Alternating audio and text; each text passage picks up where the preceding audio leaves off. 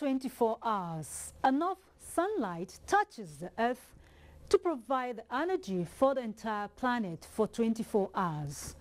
This vividly captures the potentiality of a major renewable energy source, which is said to be the last energy resource that isn't owned yet, as nobody taxes the sun.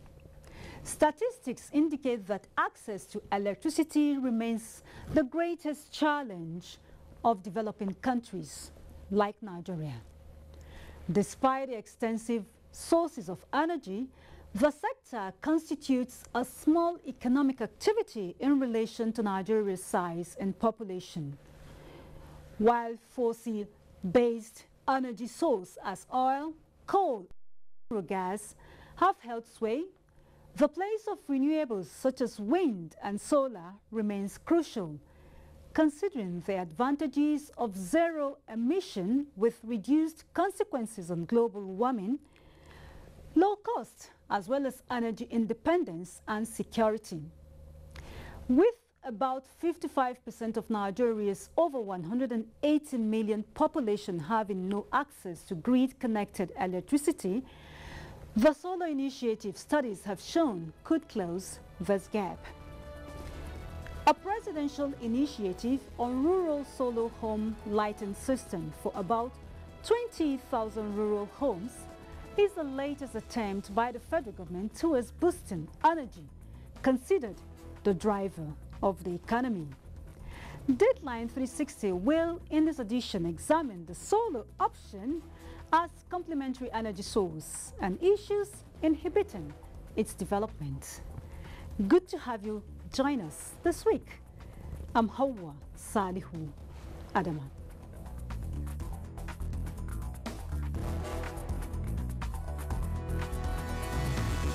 A pleasure to have you rejoin us on Dateline 360 as we turn attention to that source of energy anticipated to become the world's largest source of electricity by 2050, solar power. Hamza Musa Makarfi leads the team this edition with an overview on the deployment of renewable energy options for power generation, with special focus on solar power. Well, how the deployment of renewable energy options for power generation is sustaining global attention, and there are many of these sources talking about wind, water, solar, biomass, and geothermal. In fact, data collated by the worldwide electricity production puts solar and wind topping the list. In fact, in 2013, 25.4 gigawatts of electricity was generated through the renewable energy options. The reasons for the shift include carbon emissions reduction, providing energy balance, increased security in supply, and competitiveness. Overall, renewable energy deployment is expected to provide 35% in power generation mix by 2020 worldwide. In Nigeria, the projection is 40% in the next 13 years, according to the Renewable Energy Association of Nigeria. But how is the government and its critical partners walking the talk in a bid to achieve the milestones of energy diversification? Investigations show that of the 600 million people worldwide lacking access to power supply, 85 million are Nigerians in rural and urban areas. Their access to power supply is compounded due to the absence of national grid infrastructure and the failure of policies in the past. So far, the global community is very far from most local communities. So the way forward is that we cannot continue to wait for the discourse to get to them.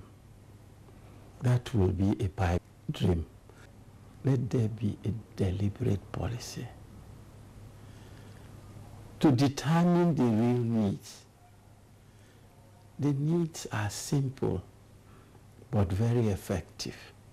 Power in the local communities will make a lot of change to agriculture, to education, and to the general well-being of the people. Project developers and renewable energy enterprises, as well as promoters, now see a golden opportunity with government support to provide access through on-grid or off-grid solar solutions. Electricity from solar energy, I think it's something that almost all communities worldwide are now driving towards. And we have good intensities of solar energy, and therefore the higher the intensity, it drives costs down. It drives costs down, and I think we should take advantage of that. Under the Power Sector Recovery Plan, government also commits to increasing access, especially in rural areas of Nigeria. Government relies on the Rural Electrification Agency and development partners to implement the policy, as the private sector also does its part. So this isn't just a case of delivering a piece of solar technology. So the market is enormous. There are 600 million off-grid customers in Africa right now, and Africa is the only region in the world where the number of people off-grid is actually growing and will continue to grow up to 2030 because population growth is outstripping the rate of supply of electricity. The National Integrated Power Project, NIPP, has joined with the inauguration of a pilot scheme in Wuna community of the Federal Capital Territory and intends to provide 20,000 of solar home systems in selected areas of Nigeria. The states are into partnerships to deploy solar in their rural areas. Help them to acquire land and get communities involved, minimize risk for the development partners so that they can easily come in and we'll have electricity from solar energy. The good thing is that government is listening. Government is working towards achieving what is in the national energy policy. Need to diversify our energy sources. In addition, the government is also looking at the larger picture to increase grid capacity with 1,200 megawatts from solar energy generation by 12 firms.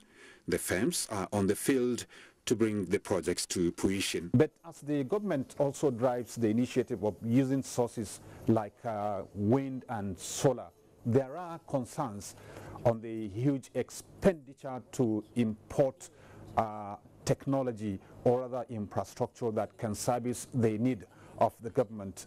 And I'm sure you should have a clear understanding of how that will deplete scarce resources of the nation. However, there are options that can be explored, particularly in the production of solar photovoltaic panels that are used to generate power from sunlight. Sure, Hamza, local production of solar infrastructure has been identified as a major factor that will reduce exorbitant initial installation cost and expanded project deployment. And that's the focus of our next report by Ahmed Ambali, which highlights the capability of the Karshi solar panel plant in solar energy playing a pivotal role in the energy mix. My visit to the Karshi solar panel plant comes at a time Nigerians are groaning under the throes of inadequate power supply. When you check the meter now, you will see the money that will load for how many months. Is there? Nobody is using it because they are not used to give us the light. It's Gen that will buy. Accumulating debt-owed gas companies and sabotage of power and gas installations have brought about power shortages with output said to be around 2,000 megawatts.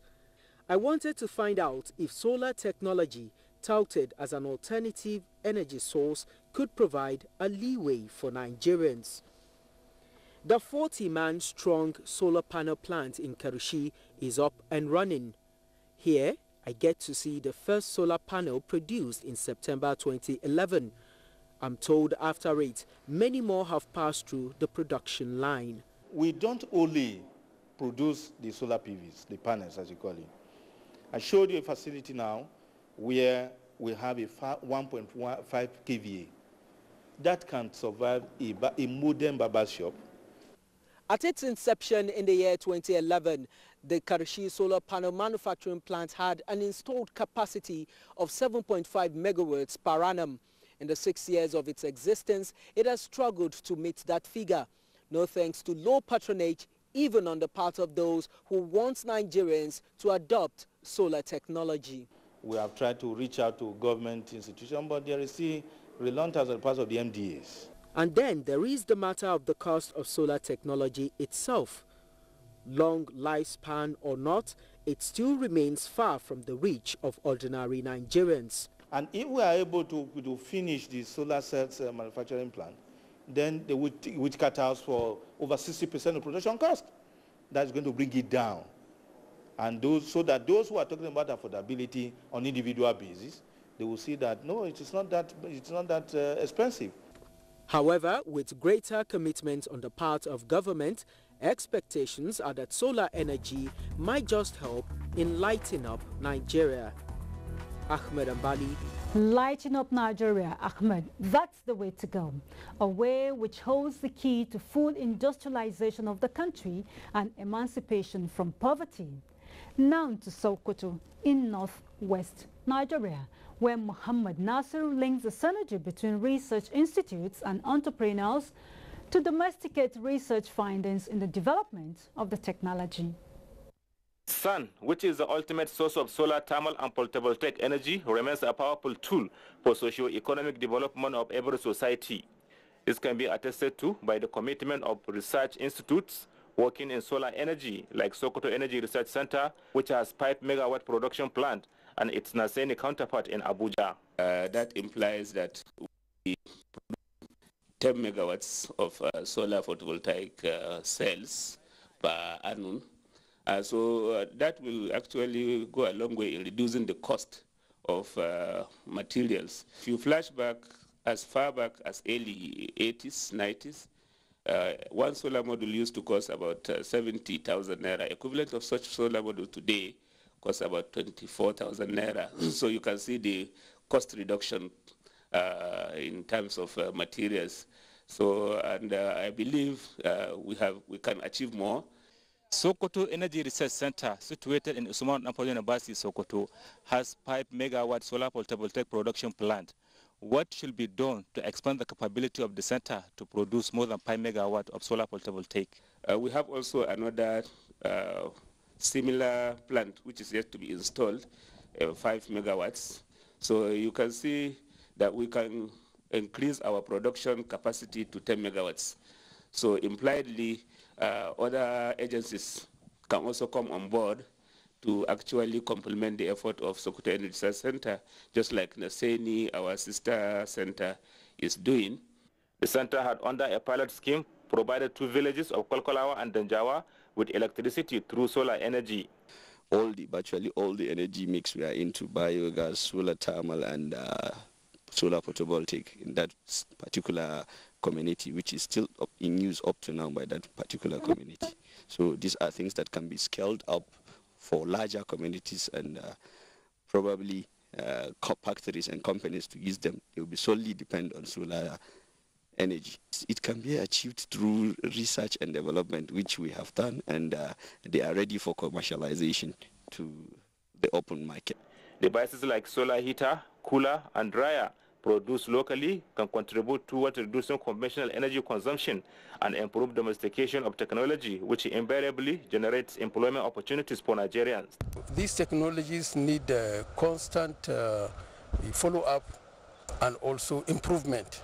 So that is what we need. We need to be very serious. If we are serious, some countries have gone far. China, India have advanced their technology in this simple wood stove and biogas. Why can't we do it? Energy experts believe that improved funding of research, creating awareness and showcasing research products facilitate rapid development of the country in the sector. Nigeria has the capacity to produce locally made materials using solar energy. For instance, this is solar dryer produced locally here in Sokoto State, which has the capacity of drying agricultural product of 50 kilograms. If this innovation should be supported and funded effectively, the much needed development could be achieved. I am Muhammad Nasir, reporting for Dateline 360. Needed development, Nasir, which Nigeria deserves at this time, especially for rural settings to scale down rural-urban drift and accelerate small-scale businesses. And talking about the many benefits of the solar system, the people of Wuna community in Gwagwalada Area Council of the Federal Capital Territory knew the sun has several uses as it rises and sets daily. However, the latest benefits of the sun to their community, it's one that's changing their lives. Lydia Sampson is our guide on this journey of rediscovery. Over 137 years old, Wuna village in Gwagwalada Area Council of the FCT, though very close to the city and civilization, is still a typical rural setting. The roofs of houses in Wuna community look different these days. Most are adorned by a new gadget. They are solar panels. For decades, electricity was a luxury to them. The people knew about public power supply from the national power grid, but it was virtually non-existent in Wuna community. On the other hand, the sun always shone brightly here. The people, however, had no way of knowing that it could solve their power problems. Now they know their energy needs are being met by solar power. The village head, Yusuf Isa, recalls how it used to be and what it is now. Before we charge our phone, we used to watch Mr. B, his one is run down.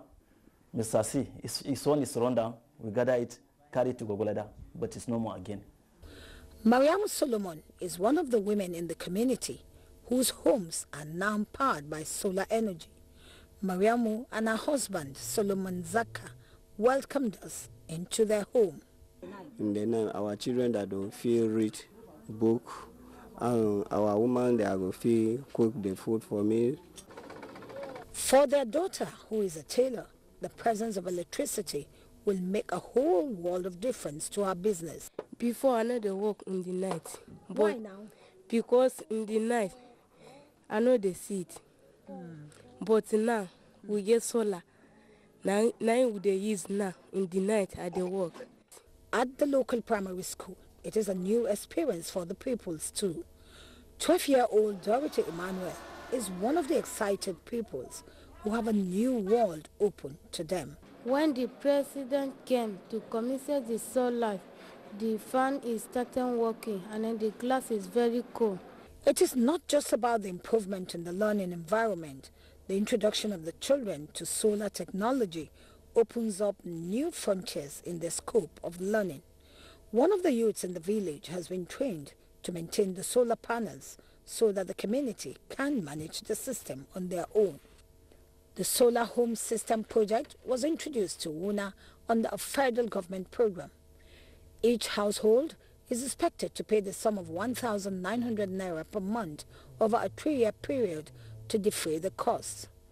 Even before this comes to pass, the people of Wuna, having seen the light, are asking for more, like the proverbial olive tree. We are begging government to help us bring the one that we can watch this television using this in the funk.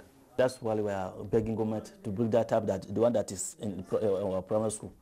Solar energy is gaining more popularity in Nigeria as communities like Wuna get to know that the sun can provide light both in the day and at night.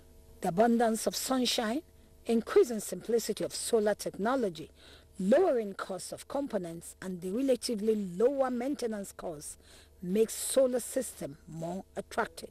With the installation of the solar power, the people here are simply harnessing the power of the sun to make a difference. Mariamu and the Wuna community are bearing testimonies to this. Lydia Sampson. Over 100-year-old, but experiencing a new lease of life as first to benefit from the federal government's home solar power system. Light at the end of the tunnel indeed, Lydia. Many thanks. And now to our last reports on the way forward in boosting the energy security map of Nigeria. Mie Ogidi closes the shop on this edition. Nigeria is one country that is naturally endowed with many renewable sources of energy. Prominent among are wind and solar. And experts in this sector are of the view that if the government invests in this sector, it will improve the energy generation capacity of the country and other environment-friendly activities. If those in the temperate regions are harnessing solar, and we are in the tropics, we should harness it more. So I encourage that Nigerians should focus on renewable energy because that's the key. If we show strong commitment, if we harness the potentials of, there are NGOs who are really out and selling some of these products that local farmers can use, local households can use. So let's have a synergy. Rather than compartmentalize it in one ministry, let's synergize. Let's use the platform of the Interministerial Committee to address the problem of renewable energy. With the signing of the Paris Agreement, you know, in that particular document, we committed to reducing emissions by 20% below business as usual by the year 2030, unconditionally. So, one of the ways is to go renewable, to reduce emissions from the energy sector. We have 5 priority sectors, including agri, oil and gas, power, industry, and transportation. So all these major emitting sectors have to see how they can implement the NDC. Seeing this sector as a major contributor in the energy mix drive of Nigeria, the federal government, through the Ministry of Power, Works and Housing, has set a target for itself. We seek to achieve 30% of renewable energy by the year 2030.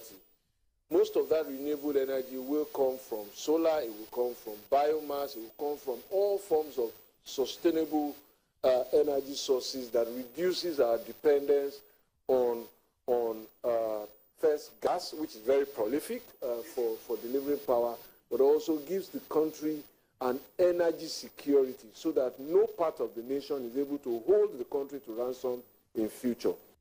The mini solar plant in Wuse Market, Abuja, the 20-megawatt solar farm in Katsina State, and the 10 mini solar plants by the Chinese International Corporation JICA spread across Nigeria attest to the viability and the complementary role of the renewable energy sector in the country. For instance, the 1.2 megawatt solar plant at the Federal Capital Territory Water Board saves the board over 31 million naira annual electricity bill, while the 20 megawatt solar farm in Katsina has improved the socio-economic standings of the communities which are not connected to the national grid. The journey to achieving energy mix in the country to address the electricity demands of over 40,000 megawatts, experts say, needs the active participation of both the private and the public sector. And the consumer must also be prepared to accept the technology that is in vogue. Mie Ogidi for Dateline 360. A cleaner and more sustainable option, Mie, and with so many advantages for individual, corporate bodies, and most importantly, the environment. The shortcomings of Nigeria's energy sector, no doubt, demand the exploration and adoption of alternative power sources. In 2011, the International Energy Agency said the development of affordable and clean solar energy technologies will increase countries' energy security through reliance on an indigenous, inexhaustible, and mostly import-independent resource, enhance stability, reduce pollution, lower cost of mitigating global warming, and keep fossil fuel prices lower than otherwise. And these advantages are global. With the future of solar energy set to be bright, perhaps the assertion that it's time for the human race to enter the solar system may just be yesterday. For commentators, expanding the latest federal government solar initiative for rural off-grid communities to cover more areas, as well as addressing research findings and deployment, could just be the springboard. Send your comments, questions and suggestions to Dateline 360 at nta.ng or at NTA News Now. Many thanks for your company. Bye for now.